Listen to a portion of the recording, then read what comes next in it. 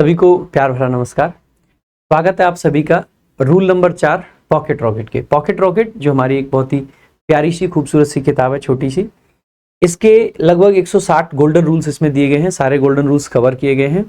तो इसकी पूरी एक सीरीज हमने चालू करी है, आपको डेली वीडियो मिलती रहेंगी और जिन वीडियो के माध्यम से आपको सारे रूल्स इसमें मिल जाएंगे। तो अगर आपने अब तक इस चैनल को सब्सक्राइब नहीं करा है, सब्सक्राइब करें और लोगों तक और भी पहुंचाएं। इस चैनल को बनाने का जो पर्पस है वो यही है कि आप लोगों तक प्योर क्वालिटी कंटेंट निकल के आए। इसीलिए इस चैनल का नाम हमने रखा है प्रशांत सोलंकी कॉन्सेप्ट्स, जिसमें हम कॉन्सेप्ट्स की बात करेंगे, बड़ी अच्छी अच्छी चीजें सीखेंगे हम लोग। ठीक है, तो चलिए भाई आइए शुरुआत करते हैं। Rule number 4। रूल नंबर 4 क्या कहते हैं? देखो, ये एग्जैक्ट लैंग्वेज हमने अपनी बुक से ली है और हमने इस बुक को इसी लैंग्वेज में रखा है जिसको आप व्हाट्सएप लैंग्वेज बोल देते हो या इंग्लिश बोल देते हो। ठीक है, सब्जेक्ट और वर्ब को अलग करने के लिए अक्सर उनके बीच में प्रीपोजिशन फ्रेज या फिर आपका कोई इन्फिनिटिव या कोई रिलेटिव क्लॉज या कोई पार्टिसिपल आदि का प्रयोग कर लेते हैं। यानी कि जैसे सामान्यतः हमने स्ट्रक्चर्स पढ़े हैं, बचपन से पढ़ते आए हैं कि पहले सब्जेक्ट आता है सेंटेंस में, फिर वर्ब आती है और सब्जेक्ट वर्ब का हम रिलेशन देख लेते हैं कि सब्जेक्ट हमारा सिंगुलर होगा तो वर्ब हमारी सिंगुलर आएगी और सब्जेक्ट अगर प्लूरल होगा तो वर्ब हमारी प्लूरल आएगी। ये हमने आसानी से शुरुआत से पढ़ा है। रूल नंबर 1 में भी हमने यही पढ़ा था। ठीक है, तो लेकिन कई बार क्या होता है कि एग्जाम में थोड़ा सा उस क्वेश्चन को अच्छा बनाने के लिए सब्जेक्ट को और वर्ब को दूर कर देते हैं, जिससे कई बार बच्चों को क्या लगता है कि ये जो सब्जेक्ट था ये सिंगुलर प्लूरल देखते नहीं बच्चे और वर्ब पे ध्यान नहीं जाता है, तो कनेक्शन बन नहीं पाता है। जब सब्जेक्ट और वर्ब एक साथ लिख दिए जाते हैं तो तुरंत दिख जाता है बच्चे को, अच्छा सिंगुलर सब्जेक्ट सिंगुलर वर्ब। लेकिन जब दूर कर देते हैं तो अक्सर करके मुश्किल हो जाती है। तो यही काम एसएससी करता है। और इस सब को करने के लिए क्या क्या चीजों का यूज करा जाता है? तो कई बार किसी प्रीपोजिशन की मदद से, प्रीपोजिशन उसका ऑब्जेक्ट लिख देंगे जिसको हम प्रीपोजिशन फ्रेज या प्रीपोजिशनल फ्रेज बोल देते हैं। ठीक है, इसके अलावा इन्फिनिटिव यानी 2+V1 का यूज कर लेते हैं कई बार। तो कई बार रिलेटिव क्लॉज का हु, हुम, विच या दैट के साथ में जो क्लॉज बनती है उनका प्रयोग कर लेते हैं। तो कई बार पार्टिसिपल्स यानी वर्ब की आईएनजी फॉर्म या वर्ब की थर्ड फॉर्म एडजेक्टिव के तरीके से जो काम करती है उसका प्रयोग भी किया जाता है। ठीक है, तो ऐसे में ध्यान रखें कि वर्ब सब्जेक्ट के अकॉर्डिंग आती है। तो सब्जेक्ट जो स्टार्टिंग में हमने यूज किया उसी के अकॉर्डिंग वर्ब आएगी, ना कि ये बाकी की सारी चीजों पे, है ना।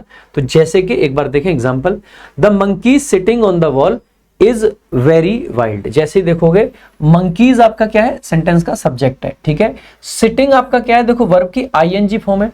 अगर वर्ब की आईएनजी फॉर्म हमने यूज की है तो हम कह सकते हैं कि ये आपका एडजेक्टिव का काम कर रहा है। वो वाले मंकी जो कि बैठे हुए थे या बैठे हुए हैं कहां पे मेरे भाई? वॉल पे। तो ऑन प्रेपोजिशन है और द वॉल, तो इसमें प्रेपोजिशनल फ्रेज भी आ गया, एक एडजेक्टिव यानी पार्टिसिपल भी आपका आ गया। अब आप देखोगे कि मंकीज आपका सब्जेक्ट है, इसकी वर्ब को थोड़ा सा दूर करके यहां पहुंचा दिया गया है, तो मंकीज के हिसाब से इसका नहीं आर का प्रयोग किया जाएगा। ठीक है, ऐसे ही आप देखोगे द क्राउड, द क्राउड आपका क्या है? सब्जेक्ट है सेंटेंस का।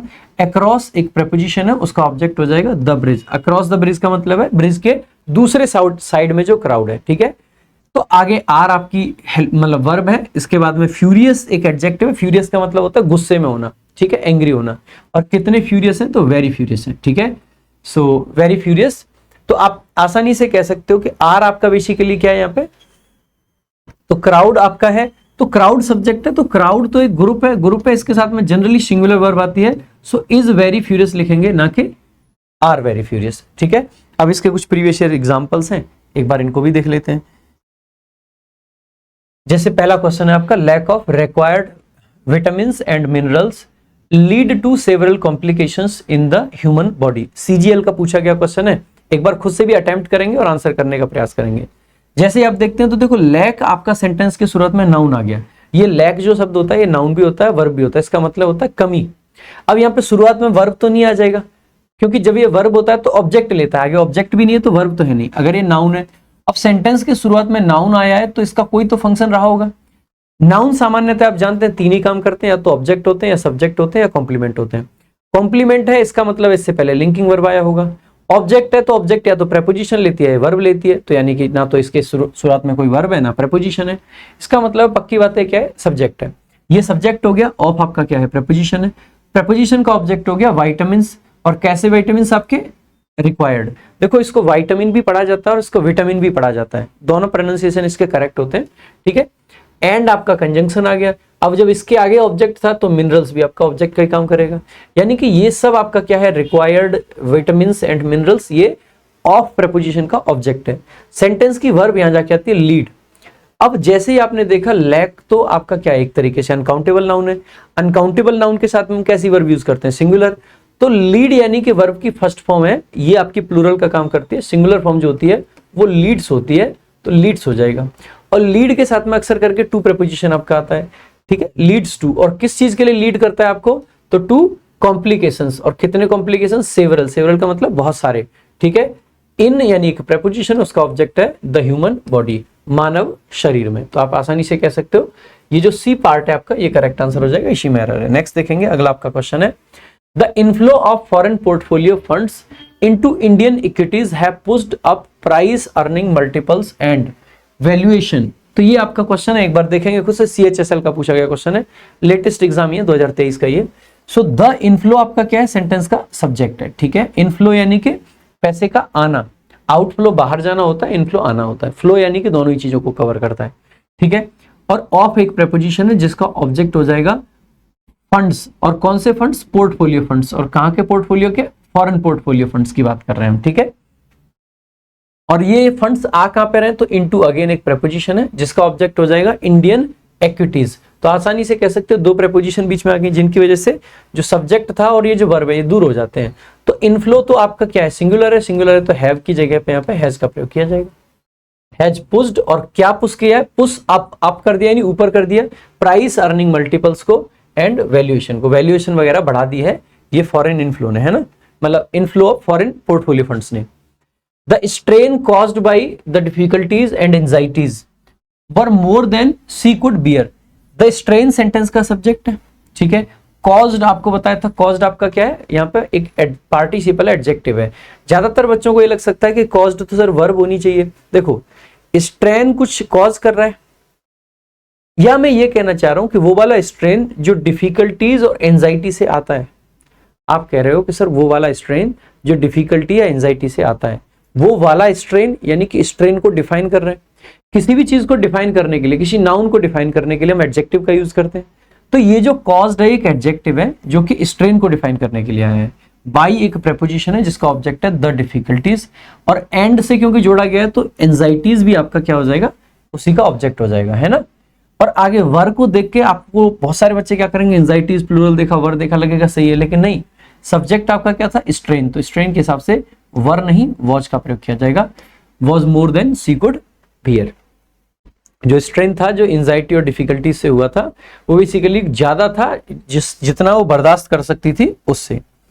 नेक्स्ट देखेंगे, अगला आपका क्वेश्चन है द सिंपलेस्ट वे। सेंटेंस का सब्जेक्ट यही है द सिंपलेस्ट वे, जिसमें से वे नाउन है, सिंपलेस्ट सुपरलेटिव डिग्री एडजेक्टिव है, ये द आपका आर्टिकल है, सुपरलेटिव के साथ द आता है ना। और 2+V1 आपका आ गया टू गेट व्हाट। तो गेट जो कि एक वर्ब है, देखो इन्फिनिटिव जो होता है बेसिकली आपका ये 2+V1 से बनता है। ये क्योंकि वर्ब से बना है तो वर्ब के कुछ सर्टेन फंक्शंस इसके अंदर रह जाते हैं। तो गेट एक वर्ब है जिसको ऑब्जेक्ट चाहिए प्रॉपर रिकॉग्निशन, तो प्रॉपर रिकॉग्निशन इस गेट वर्ब का ऑब्जेक्ट है। सिंपलेस्ट वे का पर्पस क्या है, वे किस लिए वे, तो इस वे को डिफाइन करने के लिए हमने पूछा टू गेट, और क्या गेट, प्रॉपर रिकॉग्निशन। अब आर आपकी क्या आई, वर्ब आई यहां जाके। अब सेंटेंस का सब्जेक्ट कहां पे रह गया, सिंपलेस्ट वे तो एक ही था, एक था, तो आर नहीं इज का प्रयोग किया जाएगा। इज थ्रू आपका एक प्रेपोजिशन है, प्रेपोजिशन के आगे वर्ब का आईएनजी फॉर्म ऑब्जेक्ट का काम कर जाएगी। डूइंग क्या करने की बात कर रहे हैं हम, तो थिंग्स, कौन सी थिंग्स, मतलब कोई भी थिंग्स विथ डेडिकेशन, विथ का ऑब्जेक्ट हो जाएगा डेडिकेशन एंड सिंसियरिटी। डेडिकेशन यानी अपना पूरा मन से, और सिंसियरिटी यानी कि बहुत सिंसियर होके पूरा ध्यान रखते हुए चीजों का, है ना। ये आपका करेक्ट आंसर हो जाएगा। आगे देखेंगे, अगला आपका क्वेश्चन है everything that I like to eat are fattening. यहाँ पे भी सेम ही काम करा है, एवरीथिंग आपका सब्जेक्ट है, दैट आपका एक रिलेटिव प्रोनाउन है, आई फिर आगे सब्जेक्ट आ गया, लाइक आपकी वर्ब आ गई, टू ईट आपका इन्फिनिटिव आ गया, और ये जो ईट का ऑब्जेक्ट बनता है ये रिलेटिव प्रोनाउन जो है, ठीक है। तो आप आसानी से कह सकते हो एवरीथिंग आपका भी सब्जेक्ट है जिसके लिए वर्ब नहीं आई है। तो एवरीथिंग के लिए जो वर्ब है वो इसी के लिए क्या है, आर है, आर नहीं। जितने भी आपके ये इंडेफिनिट प्रोनाउन होते हैं, एवरीथिंग, एवरीवन, एनीवन, एनीथिंग, ये सब आपके सिंगुलर के तरीके से ट्रीट किए जाते हैं। तो यहाँ पे सिंगुलर वर्ब आ जाएगी इज, ठीक है। तो ये थे भाई आपके रूल नंबर 4 के सारे क्वेश्चंस। अगर वीडियो आप लोगों को पसंद आई हो तो शेयर जरूर कीजिएगा, लाइक जरूर कीजिएगा। ऐसे ही अगर सीखना चाहते हैं मेरे भाई तो ज्यादा से ज्यादा सपोर्ट कीजिएगा। इस वीडियो में रखेंगे सिर्फ इतना ही, बाकी मेरे भाई मिलेंगे अगली वीडियो में। तब तक के लिए आप लोग हमारी बाकी वीडियोस देखते रहें इस चैनल पे, हमारे दूसरे चैनल पे भी देख सकते हैं। और मेरे भाई हमसे अगर जुड़ना है आपको तो इंस्टाग्राम, टेलीग्राम, व्हाट्सएप चैनल सबके लिंक आपको डिस्क्रिप्शन के अंदर मिल जाएंगे। Thank you so much. जय हिंद।